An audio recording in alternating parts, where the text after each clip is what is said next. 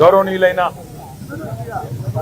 తెలంగాణ రాష్ట్ర గవర్నర్ గారిని ఈరోజు కలిసి ఈ రాష్ట్రాన్ని ఈరోజు మొత్తం కుదిపివేస్తున్న సింగరేణి బొగ్గు గనుల కుంభకోణం విషయంలో సవివరమైన నివేదిక, సవివరమైన విజ్ఞాపన పత్రం మా పార్టీ తరపున గౌరవ శాసన మండలి సభ్యులు, పార్లమెంట్ సభ్యులు, శాసనసభ్యుల బృందం, మా సీనియర్ నాయకుల బృందం అందరం కూడా కలిసి వారికి ఒక వివరమైన విజ్ఞాపన పత్రాన్ని రాష్ట్రంలో జరుగుతున్న అవినీతి, ముఖ్యంగా సింగరేణిలో జరుగుతున్న దోపిడీ విషయంలో వారికి అందజేయడం జరిగింది.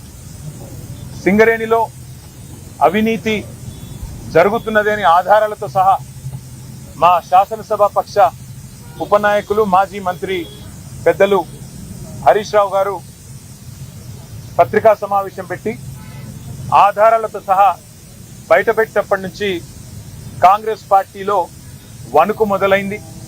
మీడియా కూడా మాకు సహకరించి ఈ కుంభకోణాన్ని పూర్తి స్థాయిలో బట్టబయలు చేసేసరికి పాలకుల గుండెల్లో రైళ్లు పరిగెడతా ఉన్నాయి. కేవలం మాట్లాడడమే కాదు, ఆధారాలతో సహా మరి ఈరోజు పూర్తి స్థాయిలో ఈ కుంభకోణాన్ని బట్టబయలు చేసినాం. సరిగా దాన్ని డైవర్ట్ చేయడానికి, ప్రజల అటెన్షన్ని దృష్టి మళ్లించడానికి విచారణ పేరిట ఇవాళ ఒకరి తర్వాత ఒకరిని పిలుస్తున్న విషయం కూడా మీకు తెలుసు. ఇవాళ సీఎం అంటే తెలంగాణలో చీఫ్ మినిస్టర్ కాదు, సీఎం అంటే కోల్ మాఫియాకి నాయకుడిగా ఇవాళ రాష్ట్ర ప్రజలు, ముఖ్యంగా సింగరేణి కార్మికులు భావించే పరిస్థితి వచ్చింది. ఇవాళ మీరు ఒకసారి అర్థం చేసుకుంటే ఈ కుంభకోణాన్ని రాష్ట్ర ప్రజలు, ముఖ్యంగా సింగరేణి ప్రాంతంలో ఉండే మా కార్మిక సోదరులు కూడా అర్థం చేసుకుంటే చాలా స్పష్టంగా ఆధారాలతో సహా మేము బయటపెట్టిన తర్వాత, ముఖ్యంగా మేము లేవనెత్తిన కొన్ని ప్రశ్నల విషయంలో ఇప్పటి వరకు ప్రభుత్వం నుంచి ఒక్క సమాధానం కూడా రావడం లేదు. ఇక ఇట్లాంటి ముఖ్యమైన గంభీరమైన సమస్య విషయంలో స్పందించాల్సిన ముఖ్యమంత్రి గారేమో అప్పుడప్పుడు ఫుట్బాల్ ఆడుతున్నాడు సింగరేణితో, లేదా ఇవాళ విదేశాల్లో తిరుగుతూ ఏదో పాఠాలు నేర్చుకుంటున్నా అంటూ పోజులు కొడతా ఉన్నాడు. కానీ నేను వారికి గుర్తు చేస్తా ఉన్నా, ఏ వయసులో ముచ్చట ఆ వయసులో జరగాలి. చదువుకోవాల్సిన టైంలో చదువుకోక ఇప్పుడు చదువుకుంటానంటే ఏం వస్తుందో ఒకసారి వారు కూడా ఆలోచించుకోవాలి. మీరు 10 కోట్ల రూపాయల సింగరేణి నిధులు, సింగరేణి సంస్థకు సంబంధించిన నిధులు దుర్వినియోగం చేసి మీరు ఫుట్బాల్ ఆటకి, ఈ రాష్ట్ర ప్రజలతో మీరు ఎలాగో ఫుట్బాల్ ఆడుతున్నారు, కానీ సింగరేణి సంస్థతో కూడా ఫుట్బాల్ ఆడుతూ 10 కోట్ల రూపాయలు దుర్వినియోగం చేసి ఈరోజు ఆ సంస్థకి తీరని అన్యాయం చేసింది ఇవాళ రేవంత్ రెడ్డి గారు. ఒక్క స్కామ్ సంబంధించి ఇన్ని ఆధారాలు బయట పెడితే కూడా ఒక్క స్కామ్ సంబంధించి కూడా ఇప్పటి వరకు పాలకుల వైపు నుంచి సమాధానం లేదు. మేము అడిగాం, స్పష్టంగా చెప్పాం, మళ్ళీ అడుగుతా ఉన్నాం. ఓబీ టెండర్ల విషయంలో, ఓవర్ బర్డెన్ టెండర్ల విషయంలో గతంలో ఎన్నడూ లేని సైట్ విజిట్ సర్టిఫికేషన్, అంటే మీరు సైట్ మీదకి రావాలి, అక్కడికి వచ్చినట్టు సర్టిఫికేట్ తీసుకోవాలి అనే నిబంధన పారదర్శకతకు పాతర వేసి ఎందుకు పెట్టినారు, గతంలో ఎన్నడూ లేని విధంగా ఇది ఎందుకు పెట్టారంటే ఇంతవరకు సమాధానం లేదు. భారతదేశంలో ఎక్కడా ఏ కోల్ గనిలో లేని, ఏ బొగ్గు గనిలో లేని నిబంధన ఇక్కడనే ఎందుకు పెట్టినారు అంటే ఇంతవరకు సమాధానం రాదు. అట్లాగే నిజంగానే 2018 నుంచి 2024 వరకు ఈ నిబంధన గనక కేంద్ర ప్రభుత్వం ఒకవేళ సిఫారసు చేస్తుంటే ఆ రోజున్న బీఆర్ఎస్ ప్రభుత్వం అమలు చేయలేదు. అన్ని టెండర్లను కూడా ట్రాన్స్పరెంట్ గా మేము పిలిచినాం. అందుకే ఆ రోజు అన్ని మైనస్ టెండర్లు వచ్చినాయి. ఎస్టిమేటెడ్ కాస్ట్ కంటే తక్కువ ఖర్చుకే సింగరేణికి డబ్బులు ఆదా చేస్తూ ఆ రోజు జరిగిన మాట వాస్తవమా కాదా? మరి ఆ రోజు ఆ టెండర్లలో లేని షరతు మీ ప్రభుత్వం వచ్చిన తర్వాత ఈ సైట్ విజిట్ సర్టిఫికేషన్ అనే విధానం ఎందుకు పెట్టారు, ఎవరికి లాభం చేయడానికి పెట్టారు అంటే ఇంతవరకు ప్రభుత్వంలోని బాధ్యులు ఏ ఒక్కరు కూడా సమాధానం చెప్పట్లేదు. 2025-26లో నిజానికి జనవరిలో ఒక టెండర్ చేశారు ఈ నిబంధన లేకుండా. జనవరిలో టెండర్ చేస్తారు, మళ్ళీ ఆ టెండర్ వెంటనే రద్దు చేశారు. టెండర్లో ఈ నిబంధన లేకుండా ఆ రోజు మీరు టెండర్ పిలిస్తే -7%, అంటే ఎస్టిమేట్ చేసిన దానికంటే 100 రూపాయలకు ఎస్టిమేట్ చేస్తే 93 రూపాయలకే పనిచేస్తామని కాంట్రాక్ట్ సంస్థలు ముందుకొచ్చినాయి. కానీ దాన్ని మీరు రద్దు చేశారు, ఈ నిబంధన పెట్టారు. దానివల్ల ఏమైంది, తిరిగి మళ్ళీ టెండర్ అదే ప్లేస్లో పిలిస్తే +12 అంటే 100 రూపాయలకు అయ్యే పని 112 రూపాయలకు కావాలని చెప్పి మరి సంస్థలు వచ్చిన మాట వాస్తవమా కాదా మరి మీరు చెప్పాలని చెప్పి ప్రభుత్వాన్ని మేము డిమాండ్ చేస్తా ఉన్నాం. అట్లాగే మే 25 నుంచి మీరు ఎప్పుడైతే నిబంధన పెట్టారో ఈ రోజు వరకు గత 9 నెలల్లో ఎన్ని సంస్థలు ఇప్పటి వరకు ఎంతమంది కాంట్రాక్టర్లు సైట్ సందర్శించారు, మీకు ఎన్ని ఈమెయిల్స్ వచ్చినాయి, ఎన్ని లేఖలు వచ్చాయి, ఎన్ని సర్టిఫికెట్లు సింగరేణి సంస్థ జారీ చేసింది, మీరు ఒక వైట్ పేపర్ ఒక శ్వేతపత్రం ప్రచురించండి అని మేము డిమాండ్ చేస్తే ఇంతవరకు సమాధానం లేదు. కొంతమందికే సెలెక్టివ్ గా ఎందుకు ఇచ్చారు మీరు, కొంతమందికే సెలెక్టివ్ గా మీరు ఎందుకు మరి కొంతమంది కాంట్రాక్ట్ సంస్థలను ఎందుకు మీరు ఎత్తుకుంటున్నారు, మిగతా వాళ్ళని ఎందుకు పక్కన పెడుతున్నారు? ఇందులో రింగ్ మాస్టర్ సృజన్ రెడ్డి అనే వ్యక్తి ముఖ్యమంత్రి బావమరిది అవునా కాదా అని మేము అడిగితే ఇంతవరకు సమాధానం రాదు, ఇంతవరకు ఆయన విషయంలో స్పష్టత రాదు. అట్లాగే మేము అడిగాం శ్వేతపత్రం ప్రచురించండి, ఒక నైనీ టెండర్లే కాదు, నైనీ బొగ్గుగని టెండర్లే కాదు, మరి నైనీలో కూడా గతంలో 2021లో 2022లో 2 సార్లు మా ప్రభుత్వం ఉన్నప్పుడు కూడా టెండర్లు పిలిచాం. కానీ ఆ రోజు ఈ సైట్ విజిట్ సర్టిఫికెట్ అనే నిబంధన లేదు.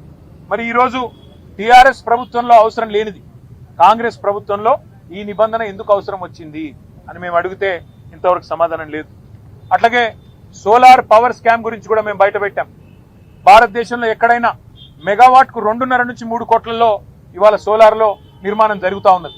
కానీ తెలంగాణలో మాత్రం సింగరేణి పిలిచిన సోలార్ టెండర్లలో మాత్రం 7 కోట్లట. 2.5-3 కోట్లలో అయ్యో పని దేశంలో మొత్తంలో ఒక్క తెలంగాణలో మాత్రమే 7 కోట్లు ఎందుకు అవుతున్నది, ఇది స్కామ్ కాదా సోలార్ పవర్ లో అని మేము నిలదీస్తే ఇంతవరకు సమాధానం లేదు. అట్లాగే ఎక్స్ప్లోజివ్స్ ఏవైతే గనుల్లో వాడతారో జిలెటిన్ స్టిక్స్ 30% అదనంగా రేటు పెంచారు, ఎందుకు పెంచారు అని మేము అడిగితే సమాధానం లేదు. చివరికి సింగరేణిలో ఒక డైరెక్టర్ జీవి రెడ్డి, డైరెక్టర్ వికే శ్రీనివాస్ ఈ ఇద్దరు కూడా ఇది 30% అదనం ఎందుకు పెడుతున్నారు, ఖర్చు ఇంత పెట్టాల్సిన అవసరం లేదు, జిలెటిన్ స్టిక్స్ మీద ఎక్స్ప్లోజివ్స్ మీద 30% ఎందుకు పెంచారు రేటు అని చెప్పి వాళ్ళు డైరెక్టర్లు నిలదీస్తే బోర్డులో వాళ్ళ మీద యాక్షన్ తీసుకున్నారు తప్ప కాంట్రాక్టర్లకు లాభం చేసే పనిలో మాత్రం కాంగ్రెస్ పార్టీ వెనుకకు తగ్గలేదు. ఇది వాస్తవమా కాదా అని మేము నిలదీస్తే ఆన్సర్ లేదు. అన్ని విషయాలు ఇవాళ గవర్నర్ గారి దృష్టికి సవివరంగా మరి పెద్ద ఎత్తున మేము తెచ్చాము.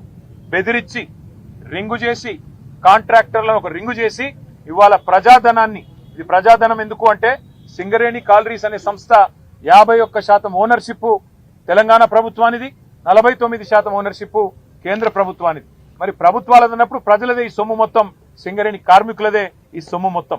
అందుకే సింగరేణి కోల్ బెల్ట్ లో ఉండే మా కార్మిక సోదరులు ఆలోచన చేయాల, వేల కోట్ల రూపాయలు ఏ రకంగా ఇవాళ ఈ ప్రభుత్వం కొల్లగొడుతున్నదో దీని మీద మరి మేము ఎన్నిసార్లు అడిగినా ఇప్పటికీ కూడా సమాధానం రావడం లేదు.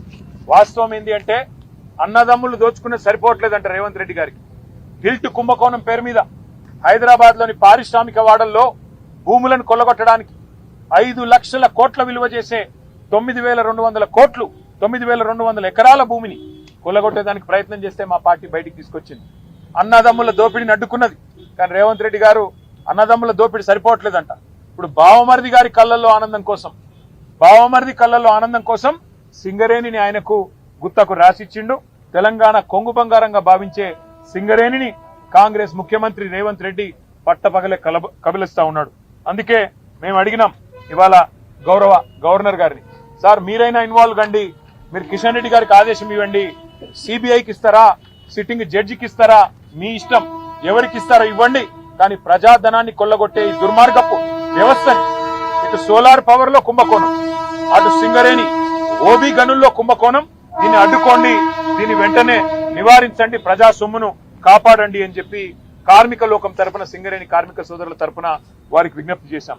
అన్నిటికీ మించి మీరు ఒకటి గమనిస్తే ఇవాళ ఒకరిద్దరు కాదు, మొత్తం క్యాబినెటే వాటాలు పంచుకునే క్రమంలో ఒకరితో పోటీ పడుతూ ఒకరు స్కాములు చేస్తున్నట్టుగా కనబడుతున్న విషయాన్ని కూడా గవర్నర్ గారికి వివరంగా చెప్పాం. కొత్తగా తెచ్చిన కండిషన్లు, ఈ కండిషన్లు తమ అస్మదీయుల కోసం, తమకు కావలసిన వాళ్ళ కోసం ఏ రకంగా పెట్టడం వల్ల ప్రజాధనం దుర్వినియోగం అవుతున్నది, సింగరేణి పొట్ట కొడుతున్నది ఈ ప్రభుత్వం, ఇవన్నీ వివరంగా ఆధారాలతో సహా మేము ఇవ్వడానికి సిద్ధంగా ఉన్నాం. మీరు దయచేసి సిబిఐ ఎంక్వైరీ చేయిస్తారా, సిట్టింగ్ జడ్జి ఎంక్వైరీ చేయిస్తారా, కేంద్ర ప్రభుత్వానికి మీరు వెంటనే నివేదిస్తారా, లేదా రాష్ట్ర ప్రభుత్వాన్ని మందలిస్తారా మీ నిర్ణయం సార్. కానీ తప్పకుండా మీరు ఈ విషయంలో జోక్యం చేసుకోండి. తప్పకుండా రాష్ట్ర ప్రజల సంపద అయిన సింగరేణిని కాంగ్రెస్ కొల్లగొట్టకుండా కాపాడండి అని చెప్పి చాలా వివరంగా అన్ని స్కామ్ల విషయంలో గవర్నర్ గారికి రిప్రజెంటేషన్ ఇచ్చాము. నేను పూర్తిగా అధ్యయనం చేస్తాను, తప్పకుండా న్యాయం చేసే ప్రయత్నం చేస్తాను అని గవర్నర్ గారు మాకు హామీ ఇచ్చారు. వారి మీద విశ్వాసంతో మేము ముందుకు పోతున్నాం. ఒకవేళ న్యాయం జరగకపోతే తప్పకుండా కార్మిక లోకం మొత్తాన్ని కదిలించి సింగరేణి కోల్ బెల్ట్ లో మా టీబీజీకేఎస్ ఆధ్వర్యంలో మా గౌరవ అధ్యక్షులు మా కొప్పుల ఈశ్వర్ మాజీ మంత్రి గారి ఆధ్వర్యంలో సింగరేణి ప్రాంతంలో జరుగుతున్న ప్రతి కుంభకోణం విషయంలో కార్మిక లోకం మొత్తాన్ని కూడా చైతన్యపరుస్తాం. తప్పకుండా ఈ అంశాన్ని వదిలిపెట్టమని చెప్పి మీ అందరికి కూడా తెలియజేస్తూ పత్రికా మిత్రులు కూడా సహకరిస్తున్నందుకు, ఈ కుంభకోణాలను బయటికి తీసుకొస్తున్నందుకు పత్రికలకు కూడా టీవీలకు కూడా ధన్యవాదాలు తెలియజేస్తా ఉన్నాం. జై హింద్.